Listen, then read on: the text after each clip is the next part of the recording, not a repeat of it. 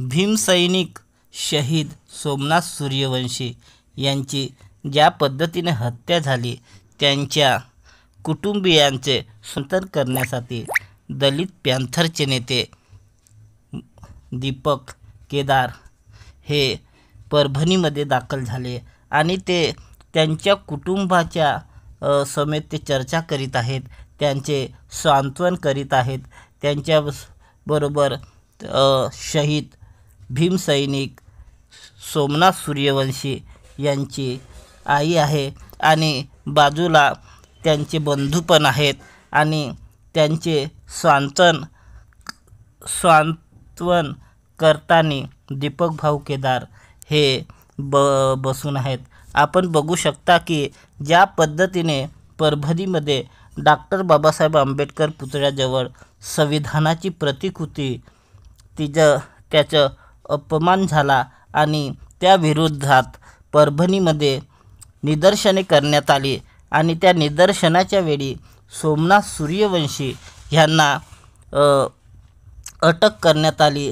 त्यांच्यावर पोलीस प्रशासनाकडून त्यांना मारहाण करण्यात आली असं कुटुंबाचा आणि जनतेचं पण म्हणणं आहे आणि त्यामध्ये जनता आक्रमक झालेली आहे. आणि अशातच पॅंथर नेते दीपक भाऊ केदार हे परभणीमध्ये दाखल झाले आहे आणि ते त्यांच्या कुटुंबासमवेत ते त्यांचं सांत्वन करत आहेत आणि शहीद भीमसैनिक सोमनाथ सूर्यवंशीला न्याय मिळाला पाहिजे अशी त्यांची मागणी आहे.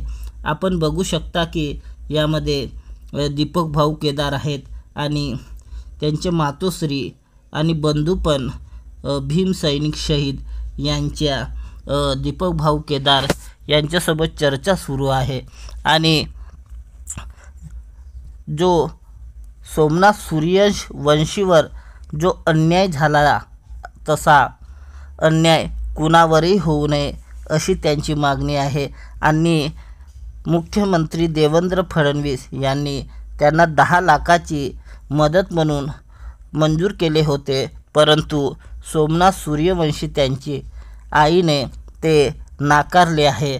आणि दीपक भाऊ केदार यांची मागणी आहे की त्यांच्या घरातील त्यांना सरकारी सेवेमध्ये रुजू करण्यात यावे आणि त्यांना आर्थिक मदत 1 करोड देण्यात यावी अशी त्यांची मागणी आहे.